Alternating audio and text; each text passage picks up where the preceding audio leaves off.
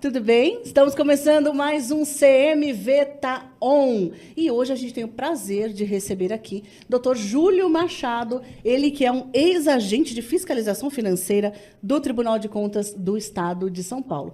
Claro que primeiro ele vai explicar para a gente o que é, né, um agente de fiscalização financeira. E depois a gente vai falar sobre alguns impostos ou até sobre audiências públicas para você entender do que se trata e como você, como cidadão, pode participar. Tá bom?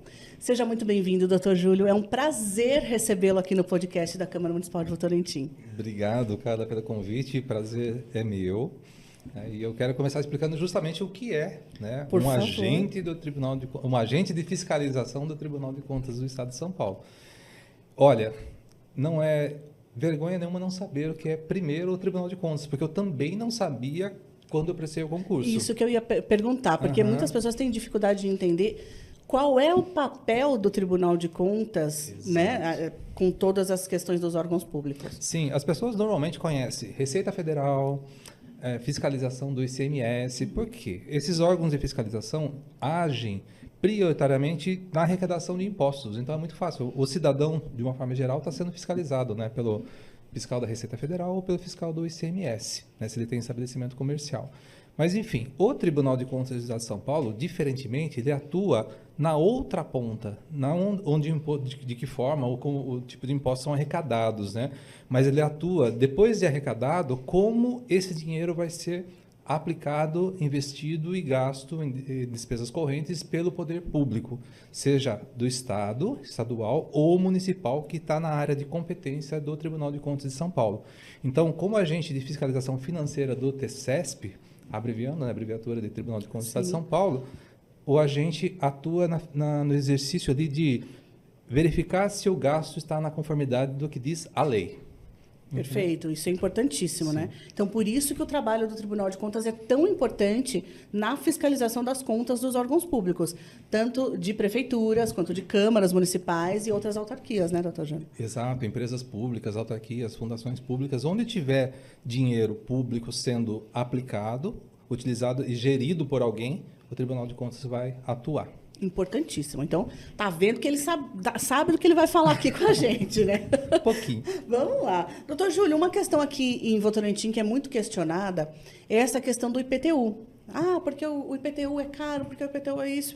Enfim. Então, isenta, independente se é caro, se é barato, enfim, vamos entender o que é IPTU. Isso que a gente quer explicar aqui para a população. Então, primeiramente, para a dona Maria que está sentada lá na casa dela, o que é o IPTU? Dona Maria, então vamos explicar para a Dona Maria que antes de dizer o que é um imposto, Sim. a gente tem como que eu posso dizer? Uma famíliazinha aqui onde o imposto faz parte. Certo. E depois o IPTU faz parte dessa outra subfamília aqui, tá? Primeiro a gente tem o tributo. O que é um tributo, né? Existe uma definição no Código Tributário, mas a gente não vai entrar no aspecto técnico. Okay. Mas o que é importante a gente saber é que o tributo se divide em 3 tipos. Impostos, do qual o IPTU é um deles, a gente já vai falar sobre ele. Taxas e contribuições de melhoria. Eu gostaria de explicar um pouquinho os 3, tá? Por favor, fique à vontade. Fazer uma coisa bem bacana aqui.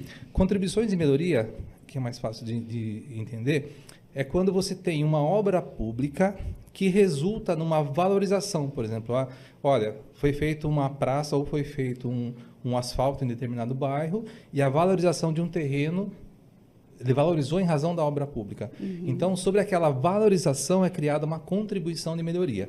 Ok? Então, na verdade, é uma contraprestação indireta do serviço ali. O poder público executou alguma benfeitoria para que essa valorização ocorresse.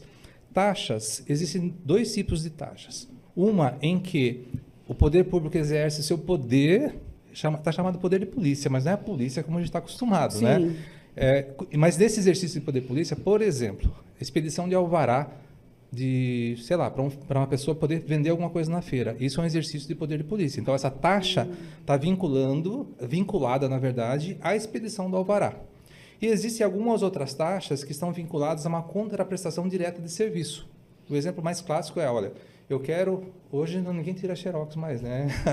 Mas vamos imaginar que alguém queira tirar xerox de um procedimento administrativo da prefeitura. tem a cópia, o custo do papel e o custo do toner da máquina que vai ali. Então, recolhe-se a taxa para poder obter essas cópias. Então, uma contraprestação direta. Sim. Então, nos dois casos, taxas ou contribuições de melhoria, alguma coisa o poder público fez, certo? Ok. Vamos lá, então vou voltar para a Dona Maria. Impostos é o terceiro item dessa família de tributos em que isso não acontece. Não há uma contraprestação direta. O que o imposto, o próprio nome já diz, ele é imposto, né, pelo governo. Uhum. Então, todos os impostos hoje estão previstos na Constituição, que é a lei maior do Brasil, e existem impostos que são instituídos e cobrados e fiscalizados pelo poder federal, pelo governo federal, e imposto de renda é o mais famoso deles, Sim. né? Mas tem o IPI, entre outros. O governo do estado, os governos dos estados, na verdade, têm a competência, por exemplo, sobre o ICMS, que é um outro imposto, e o governo municipal, as prefeituras, têm como competência alguns impostos, a exemplo do IPTU, né? Então, nós temos outros. Temos o ISS, por exemplo, que é competência da prefeitura. Uhum. Mas hoje, então, a gente vai só falar sobre IPTU. Sim. Certo? Então, o que acontece? Todos os impostos, para que eles sejam devidos, há necessidade da existência de um fato gerador. Simples assim. Qual é o fato gerador do IPTU? O IPTU significa Imposto Predial e Territorial Urbano. Ele incide sobre a propriedade. Então, se eu tenho uma propriedade, seja ela terreno, galpão, ou seja, casa, apartamento, a incidência do IPTU. Por quê? Por quê, Júlio? Porque você é proprietário. Simples assim. Tá? Então, todo ano é feito um lançamento daquela competência do ano base. A gente está em 2025, então lá no início de 2025 foi feito um lançamento do IPTU do teu imóvel pelo simples fato de você ser proprietário. Não existe nenhuma outra explicação a ser dada, porque isso que diz a norma constitucional. Uhum. Essa norma ela é replicada na lei orgânica do município e alguma outra lei regulamentadora que pode advir dessa estrutura feita, entendeu? Então, esse imposto ele vai ser regulamentado de acordo com a lei específica do município.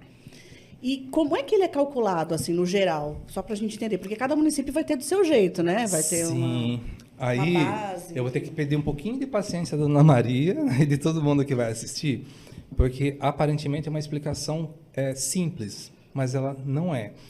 Mas a gente vai desmistificar da melhor forma que a gente conseguir, tá? Uhum.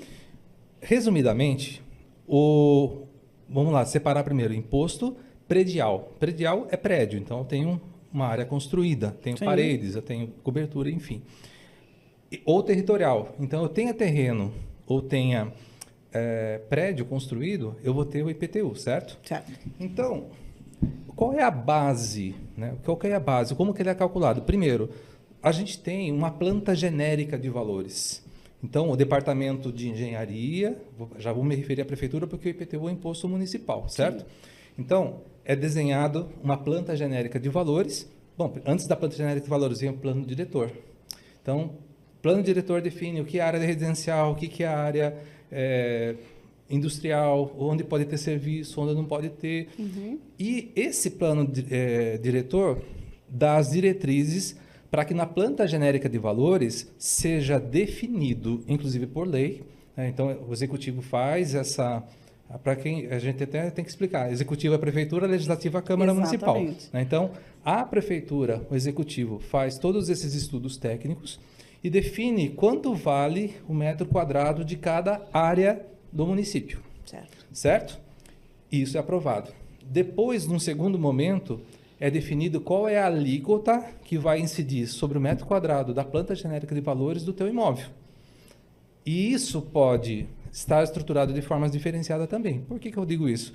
Porque você tem residenciais, loteamentos de alto padrão, a alíquota pode ser uma, você tem loteamentos populares, a alíquota pode ser outra.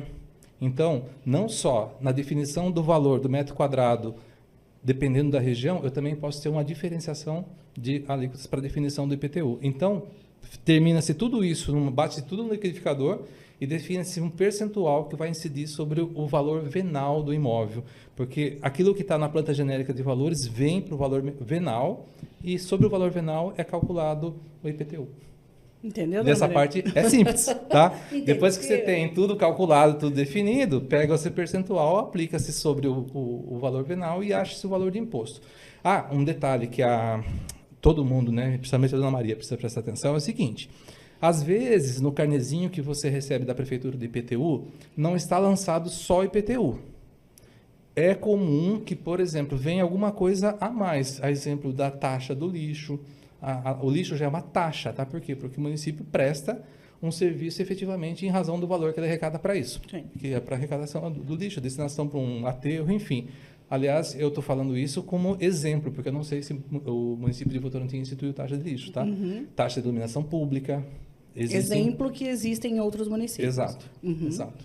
Tá legal. Quando a pessoa deixa de pagar o IPTU, como é que isso afeta o orçamento do município? Bom, de que forma que eu posso explicar isso? Imposto significa arrecadação da prefeitura, do município, certo? Certo. Se eu deixo de recolher o imposto, o município não arrecada. Deixa de arrecadar. Deixa de arrecadar. E é interessante, talvez tenha alguma pergunta nesse sentido, a gente falar para que é usado o dinheiro do Sim, imposto. importantíssimo. Para Porque onde vai o IPTU, aí, né? até para complementar essa resposta. Acho Claro. que dá para inverter um pouquinho, fazer essa Então, pergunta, volta. depois a gente Para volta nela. onde vai o IPTU, então, antes de mais nada, né? É. Que a pessoa pensa que ela está pagando aquela fortuna que aquilo não vai para lugar nenhum. Para onde vai? Então, o município como ente governamental, ele tem como obrigação constitucional prestar serviços públicos para o município, certo? Para o cidadão, para quem mora na cidade. Então, entre eles, os principais, educação, saúde, aí vem todo o resto, né? Assistência social, segurança, e por aí vai, porque agora me fugiu... Tem muitas coisas. Tem que cuidar de tudo no município. Sim. O município tem que ser gerido. A prefeitura é como se fosse uma empresa que vai fazer a gestão do município. Só que, em vez de cobrar pelo serviço, a arrecadação que o município consegue é através de impostos. Ou de impostos que o Estado recolhe e reparte ali com o município, ou que a União recolhe, arrecada e reparte para o município. Então, o município tem os impostos que ele cuida e recebe uma parcela do Estado e uma parcela da União. Certo. Então, fez-se o bolo. Qual é a destinação do recurso do IPTU? Vamos voltar no IPTU. IPTU é um imposto. Então, como imposto, ele tem duas vinculações principais. No mínimo, 25% do imposto tem que ser destinado à educação, obrigatoriamente. Isso é uma norma constitucional, é a Constituição que dita. E o outro também é uma vinculação constitucional. No mínimo, 15% dos impostos e do IPTU precisa ir obrigatoriamente para a saúde. No mínimo. Então, a gente tem 25% e 15%, estou falando de 40%, né? Então, 40% no mínimo a gente já tem destinado. Os outros 60% dos recursos do IPTU vão para o caixa do município, que tem que gerir todas as outras áreas com aquele recurso. Então, ali fica desvinculado, na verdade, da educação e da saúde, eu não tenho, mas eu posso usar. Aliás, eu posso usar mais do que 40%. Sim. Na verdade, a gente tem na prática, né, acompanhado os municípios há mais de 20 anos, e o que acontece? 15% para a área da saúde é muito pouco.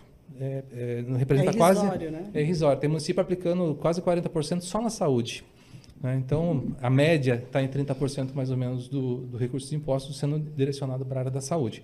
Então, com o resto, 25% e 15%, e com o resto tem que cuidar da segurança pública, enfim, todo o resto, manutenção, né, de vias públicas, e é o que, na verdade, todo o recurso do IPTU é direcionado para o próprio cidadão de volta. Então, eu pago o IPTU em razão da propriedade que eu tenho, mas eu recebo do município a prestação de todos os serviços. Em forma de educação, saúde, saneamento básico. Eu estou andando em cima do asfalto, eu estou olhando o semáforo, que é mantido pela prefeitura também, eu tenho iluminação pública, enfim, tudo.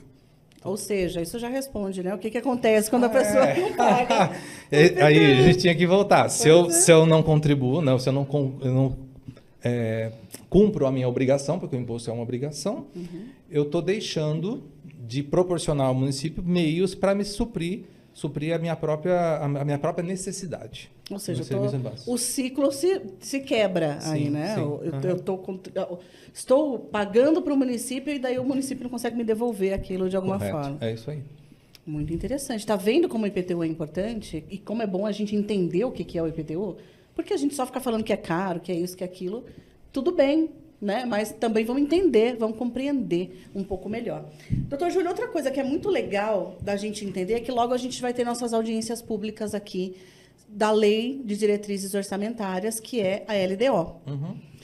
E muita gente, a gente sempre está aqui incentivando, aqui no podcast, na Câmara Municipal, nas nossas redes sociais, estamos sempre divulgando, incentivando a população a participar, mas acho que seria legal também a gente voltar atrás, que nem a gente fez aqui com o IPTU, Sim. explicar o que é a LDO, né? Por que é feita a audiência pública, começar do princípio, assim, para as pessoas entenderem. Então, o que é a LDO?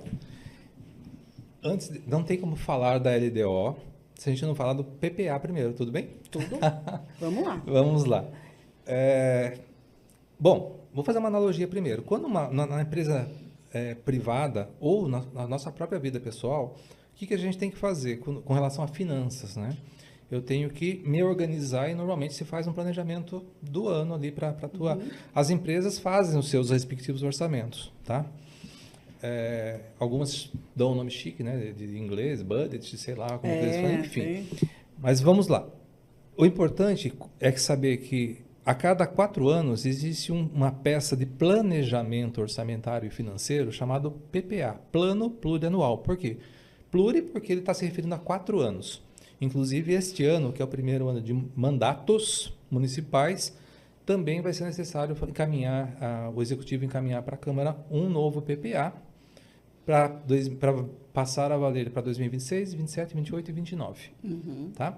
Então, por que eu estou me referindo primeiro ao PPA?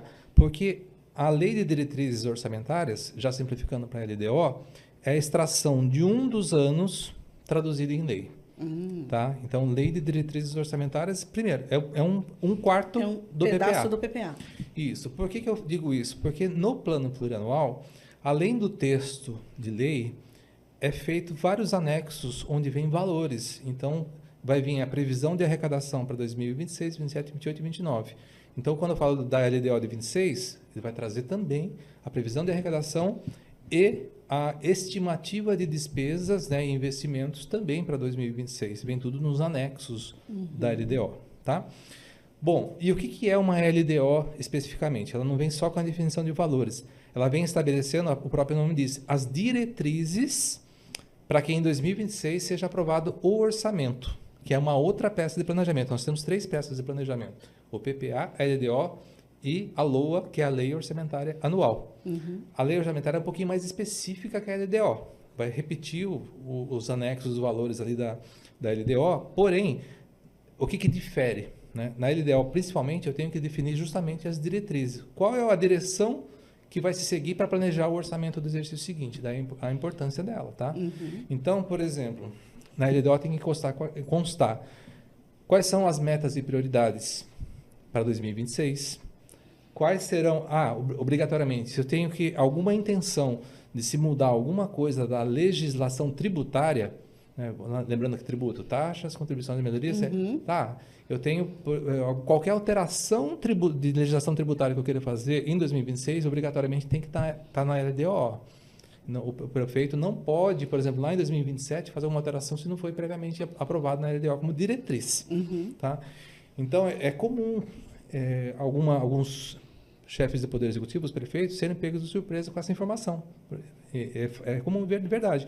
Então, por exemplo, municípios que estão com a planta genérica, às vezes, de IPTU muito defasada, e não constaram da LDO que no exercício seguinte ia fazer essa atualização ou a reestruturação do funcionamento da fiscalização do tributo, ela não consegue implementar isso no ano seguinte, entendeu? E atrasa muitas vezes. Atrasa tudo, né? Atrasa bastante. Eu não sei se eu consigo me explicar com relação à LDO. Sim, claro. Mas basicamente, assim, tudo que vai ser estabelecido como diretriz, como posso dizer? Como norte mesmo, né?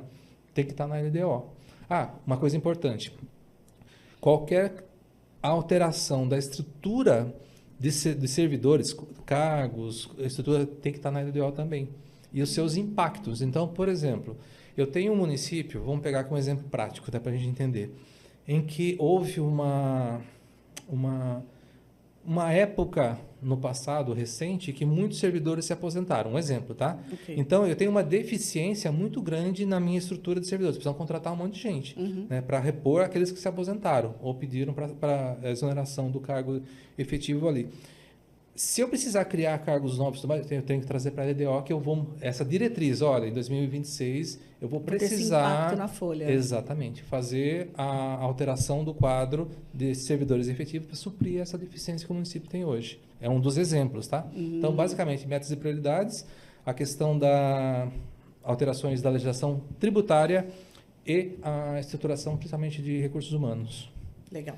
E é importante também a gente falar como é que o cidadão pode participar. Porque a gente chama, participe das audiências públicas. E daí a pessoa, mas e aí? Eu vou lá na audiência pública e vou fazer o quê? Vou ficar vendo, falando aquele monte de número, mas como é que eu posso efetivamente auxiliar na construção aí desse orçamento, né? Cara, olha que interessante essa pergunta, porque nós vivemos hoje no Brasil o início de um ciclo de mudança de cultura.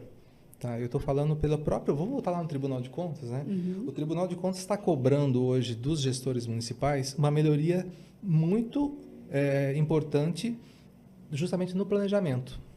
Porque o que a gente tem como histórico, né? Peças de planejamento que, na verdade, não foram muito bem pensadas. E quando o prefeito vai tentar implementar alguma coisa que ele prometeu como promessa de campanha, ou o que a equipe estruturou, às vezes eles não têm a estrutura nem o recurso para poder implementar na prática. Então, é a hora, por exemplo, da população colaborar com as diretrizes que ele precisa na audiência pública, sim, tá? Mas não é efetivamente para simplesmente, olha, o que está aqui é difícil entender, aqueles quadros são muito técnicos mesmo, tá? Sim. Mas nas diretrizes, eu vou dar um exemplo, né?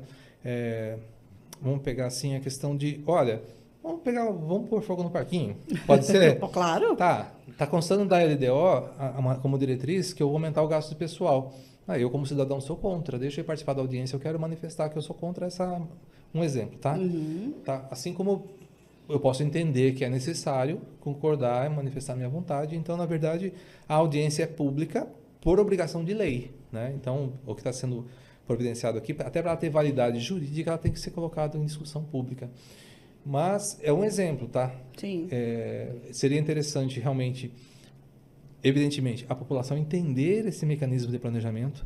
Não é fácil, né? Realmente, eu acho que a gente está na hora de uma mudança de cultura em que a população precisa participar um pouquinho mais. Sim. Precisa participar mais, porque as pessoas, por exemplo, pagam imposto e não sabem para onde vai, o que é, porque está sendo cobrado. Sim. Não é verdade? Então, e muitas vezes ficam cobrando algumas questões que são de poderes diferentes. Sim. Então, vem cobrar a Casa Legislativa de questões que são do Executivo, vice-versa. Até interessante você falar. De quem é a responsabilidade pela LDO? Aqui a gente está falando da LDO. Sim. O encaminhamento do projeto, ou seja, da elaboração da primeira versão, vamos dizer assim, é do Executivo. Tá? Mas vem para a discussão do Legislativo e aprovação do Legislativo. Então, depois que chega na Câmara, além da audiência pública, existem câmaras especializadas que vão analisar esse projeto aqui, né? Eles podem alterar essas disposições, então por isso que é importante a população também a participar, porque com essa participação popular, o vereador que tem o poder de alterar a proposta de lei, ele pode escutar o cidadão, Sim. trazer para comprovar uma comissão, para uma discussão na comissão, enfim, e dar um direcionamento diferente mesmo. Melhor, sempre a gente torce para que seja melhor, né? Com certeza, com certeza. Mas é isso, mas basicamente é isso aí. Que legal, que legal. A gente podia ficar a tarde inteira aqui falando de LDO, e falar de PPA e ainda vamos lá, né? As pessoas entenderam, eu acho legal que você explicou bem para a dona Maria que está em casa mesmo. Consegui? Né? Consegui. Então eu fico feliz. Muito bom, porque eu consegui entender, então eu tenho certeza que a dona Maria conseguiu entender. Tá bom. Porque é legal que você entenda na sua casa o que essa audiência pública, essa lei que está sendo votada, como é que ela influencia no dia a dia. Né? Porque eu acho que um grande dilema da política, em qualquer lugar, né? É a pessoa entender como é que aquilo impacta ela diariamente. Cara, eu lembrei do negócio que eu vou provar esse fogo no favor, parquinho. Vamos lá. Acho que todo mundo acompanhou agora recentemente pela imprensa que venceu uma concessão de rodovias aqui no estado de São Paulo, depois acho que 25 anos venceu o prazo, foi feita uma nova concessão. E a nossa região vai receber, acho que 7 praças de pedágios novas, acho, né? O Free Flow, né? Eu acho que eu não sei. Eu não o lembro nome. quantos são, mas... Sim, mas detalhe, tudo isso passou por audiência pública e ninguém criticou. Pois é... Entendeu? Ninguém colocou isso em discussão, analisou. E assim, como o município leva a LDO para uma audiência pública, o Estado também leva a LDO para essa discussão. E assim, o que eu quero mudar, né? O que eu quero discutir? E assim, está na hora da gente mudar, porque, na minha modesta opinião, como cidadão, o Brasil trabalha muito forte a matriz energética em cima do petróleo. Hoje a gente só tem estrada. E as estradas estão saturadas. Não adianta fazer mais 4, 5 pistas da Castelo que não vai dar conta. Sim. Então, cadê o trem? Na audiência pública que você vai sugerir uma matriz da parte de mobilidade diferente do que a gente tem hoje. Eu só estou dando um exemplo prático que eu acho que é legal, porque... Com certeza. Poxa, é legal do município, Então, o que o município tem que fazer? Vamos estudar e vamos sugerir como diretriz para o município na LDO, entendeu? Legal, muito bom. É isso aí, porque você tem que entender que essa participação é que vai ajudar aí no final da construção da LDO para depois virar realidade na cidade, né? É isso aí. É isso que impacta para você. Então, fica aí o convite. 5 de junho, às 10 e às 19 horas. Tá certo, né, Luiz? Não estou errando. Então, tá bom. 2 horários para você. Quem pode vir de manhã, quem pode vir à tarde. E você participa, dá a sua opinião, dá o seu pitaco. Foi um prazer recebê-lo aqui, doutor Júlio. Prazer meu. Espero que você volte mais vezes. Quando tiver PPA, quando tiver LOA, vamos trazendo você aqui para a gente explicando para a população do que se trata. Muito bom. E assim, só para fechar, né, a nossa conversa, tudo aquilo que foi fixado na LDO, no orçamento, no BPA, se transforma em indicadores. E o tribunal está medindo tudo isso, tá? Na verdade, puxando a sardinha, você sendo um pouquinho a instituição em que eu trabalhei, porque eles fazem um trabalho maravilhoso. Sim, tá? Tecnicamente falando. Eles também cobram os vereadores, viu? De estarem fiscalizando, de estarem efetivamente analisando a LDO, o PPA, a LOA, porque essa é a função básica do vereador, fiscalizar como é que está sendo empregado o dinheiro público também, né? Sim. E como é que está sendo trabalhado aí pelo Executivo tudo isso. E fiscalizar. Exatamente. Então, o Tribunal de Contas também cobra dos vereadores essa ação, esse trabalho de fiscalização. Muito bem. Importantíssimo. Muito obrigada mais uma vez. Imagina, eu que agradeço. Até a próxima. Até. Né? E você também. Até o próximo CMV Tá On. Tchau.